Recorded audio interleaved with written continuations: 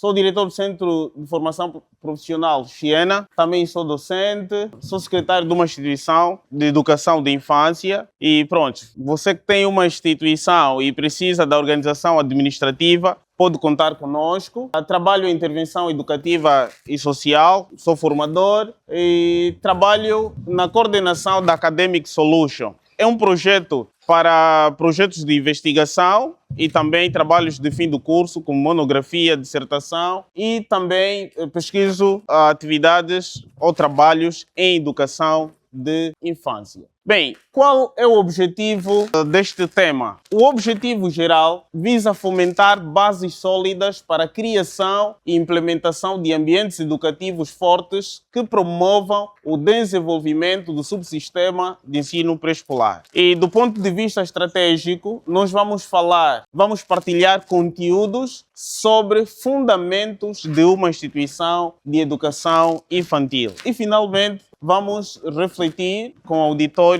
em torno desses 9 fundamentos ou princípios. Bem, existem muitos autores que se debatem sobre uma instituição de educação de infância de qualidade. Ou seja, a pergunta é, para que uma instituição de educação de infância seja de qualidade, o que é que deve ter? Em que se deve basear? Esse é o princípio e o objetivo da nossa fala. Então, esses novos princípios que nós vamos ver aqui consistem na ideia de diferentes autores que estudam educação de infância, como Rubem Alves, a doutora Marília, brasileiras, e outros autores portugueses. E nestes princípios, o primeiro é sobre uma instituição que planifica as suas ações e treina o seu pessoal para o envolvimento. Isto é, o PDI e o plano de ação. O que é que nós temos que ver aí? Bem, já se debateu sobre uma instituição de educação de infância, se é creche, se é jardim de infância, mas aqui o que é que deve ter? No primeiro ponto, a instituição deve ter uma planificação. Aí nós falamos de um PDI, que sabemos que é o Plano de Desenvolvimento Institucional.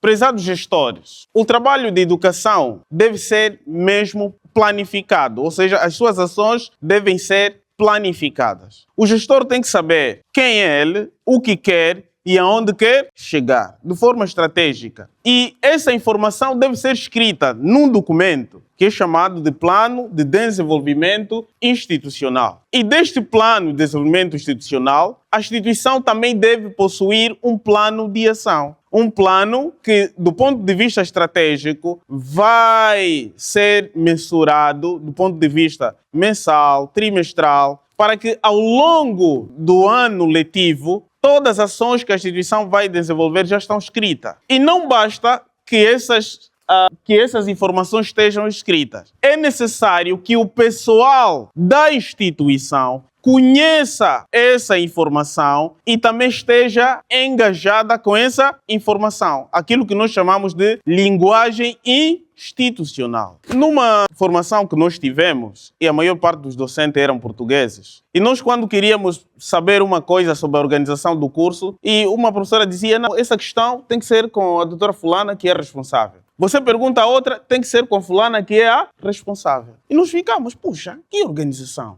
Porque no nosso contexto às vezes não é assim. A responsável é a coordenadora pedagógica, mas a auxiliar da ação educativa é que vai passar as informações. É da responsabilidade da diretora resolver, mas quem resolve é outra pessoa. Então, é necessário que o pessoal seja treinado das suas funções, o que cada uma delas vai fazer, e não basta que cada uma saiba o seu papel, mas que todos falem a mesma língua. Cultura organizacional. Isso é muito importante. Então, queres ter uma instituição de educação pré-escolar que seja referência, olhe para esses aspectos. Construa o teu plano de desenvolvimento institucional e aprenda a elaborar um plano de ação. Num segundo momento, vamos ver sobre uma gestão democrática e participativa. E eu aqui elenco a representação de pais, da comunidade, de profissionais e outros. As nossas instituições têm trabalhado muitas vezes de forma isolada. eu sou a diretora, vamos fazer isso, ponto final. As educadoras, auxiliar e outro pessoal obedecem àquilo que nós determinamos. Mas não. O princípio da gestão democrática deve se fazer sentir na prática. Os instrumentos importantes que uma instituição deve elaborar, deve haver consenso, deve procurar a participação de outras pessoas interessadas nesse projeto educativo. Vai se fazer o plano de desenvolvimento institucional, não é apenas o diretor, não é apenas, digamos, a coordenadora pedagógica. É necessário que outras pessoas participem.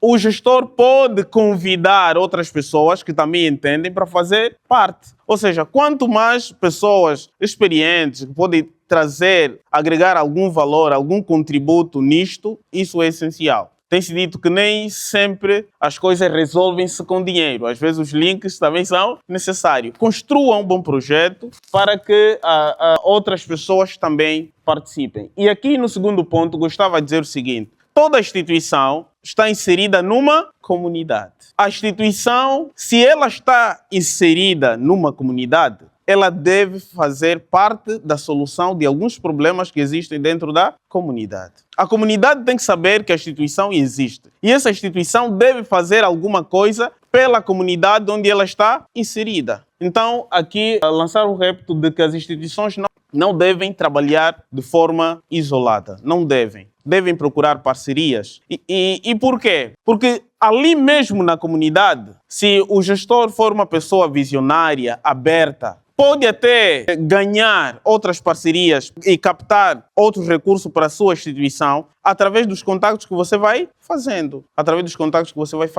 Então, que a tua instituição não se isole. Tem outras instituições, visite, faça parceria, faça cooperação, e isso é muito importante. O terceiro ponto, projetos pedagógicos e trabalhos de projeto específico para cada faixa etária. Esse é um ponto que eu tenho muito debatido naquilo que é a nossa realidade das nossas instituições educativas. Olhamos para aquilo que é o programa, sabemos que, olha, o tema do mês vai ser se é os animais, se as plantas, enfim, e nós pegamos no tema, olha, para a área de creche, porque são mais pequenos, vão falar sobre isso e aquilo. Para a área do jardim, porque são mais grandes, e assim o ano letivo termina, apenas olhando para aquilo que são as atividades fixas. Eu gosto de Antônio Novoa, um pesquisador sobre educação português, e ainda este ano esteve no nosso país para um debate sobre educação pré-escolar que aconteceu no Bengo.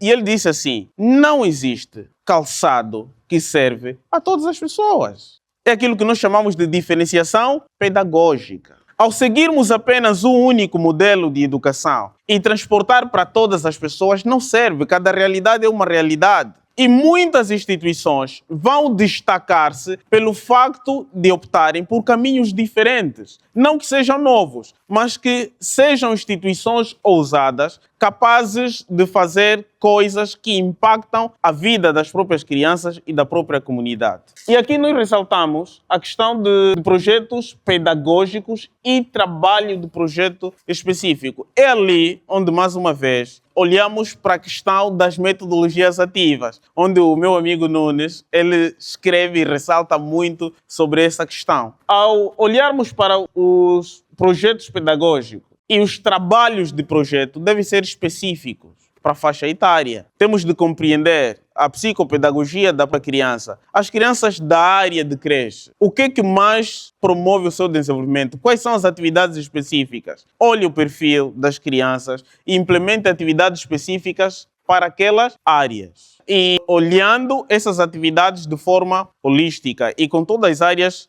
possíveis, para as atividades psicomotora, de desenvolvimento da oralidade, as atividades que vão promover o desenvolvimento são atividades de forma separada, tendo em conta a idade ou a faixa etária deste grupo. Você às vezes pode dizer, não, mas essas atividades não estão aí no plano do Ministério da Educação, não estão naquilo. Temos que ser mais ousados na aprendizagem e não estarmos enclausurados, digamos, ou estarmos encaixotados num único ambiente. E depois, uma instituição que não separa a ideia do brincar da ideia do aprender. Eu repito essa questão em muitos encontros. Prezados gestores, a questão da educação de infância, a brincadeira está presente em todos os momentos. Não transformem os ambientes educativos infantis em escolas em miniatura. Não façam isso. O nosso modelo de aprendizagem é diferente. O nosso modelo de aprendizagem é diferente. É mesmo através da ação do brincar da própria criança.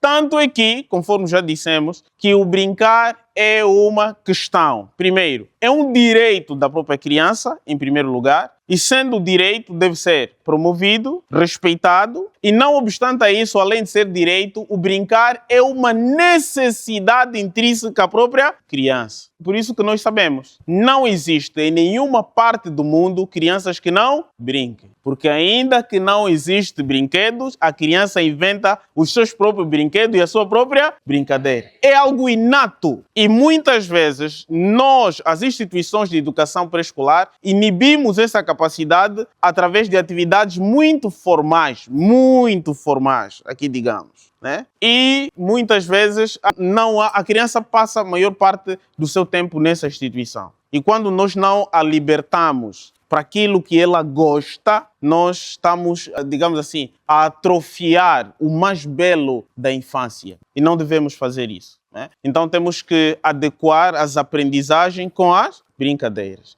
Isso é fundamental. E as instituições devem promover isso, porque senão cria o tédio da própria criança. Ela vai dizer, eu não gosto, eu já não vou, já não queria. E nós não vamos perceber por que ela não quer. Porque ela não faz aquilo que ela gosta, aquilo que é a sua essência. Selecionar devidamente o pessoal e treiná-los em toda a filosofia da instituição antes de efetivá-los. É preciso ter muito cuidado com o pessoal que vai trabalhar conosco.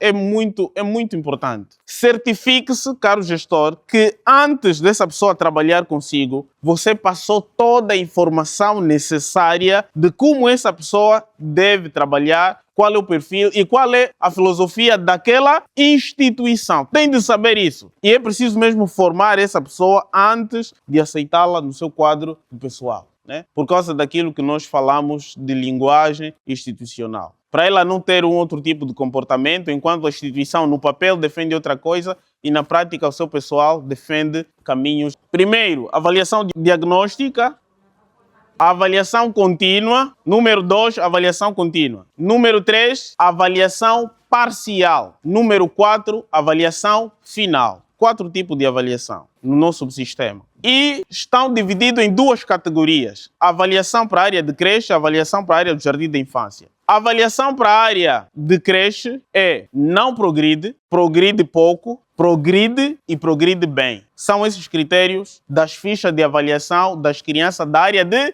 creche. Estamos? Exatamente. E essa ficha da avaliação, na construção da ficha de avaliação das crianças, devem ter as diferentes áreas curriculares. Pronto, essa aqui é uma questão de como construir uma ficha e que é importante. Então, ao olhar para esses critérios, vai colocar esses elementos. Por exemplo, em atividades de desenvolvimento da oralidade da criança, na área de creche, vai colocar esses 4. Não progride, progride pouco, progride ou progride bem. São os critérios de avaliação na área de creche. Para o jardim da infância,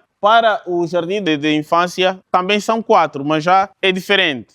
Precisa de melhorar. Esse é o primeiro. Não existe mal. Não, precisa de melhorar. Bom, muito bom e excelente. Estamos, não é? Isso à luz do novo regime do subsistema de educação pré-escolar. Não é bom o suficiente, não. São esses critérios. Então, e com esses 4 da avaliação. E essas fichas, elas ao longo, além de ser comunicadas aos pais, cada uma das crianças deve ter o seu próprio portfólio. Cada uma das crianças. E nós vamos colocar essas atividades, as atividades que ela vai fazer, a sua avaliação, os trabalhos que ela vai produzindo no centro, ou seja, todo o histórico da criança naquele ano letivo. E essa ficha individual é o histórico da criança. criança. Então, esses são alguns dos elementos que, na visão de alguns autores, podem contribuir para a organização dos espaços educativos infantis. Bem, deixo-vos aqui uma frase, é reiterada e é intencional, que diz: a organização do ambiente educativo deve, por si só, promover a aprendizagem. Muito obrigado.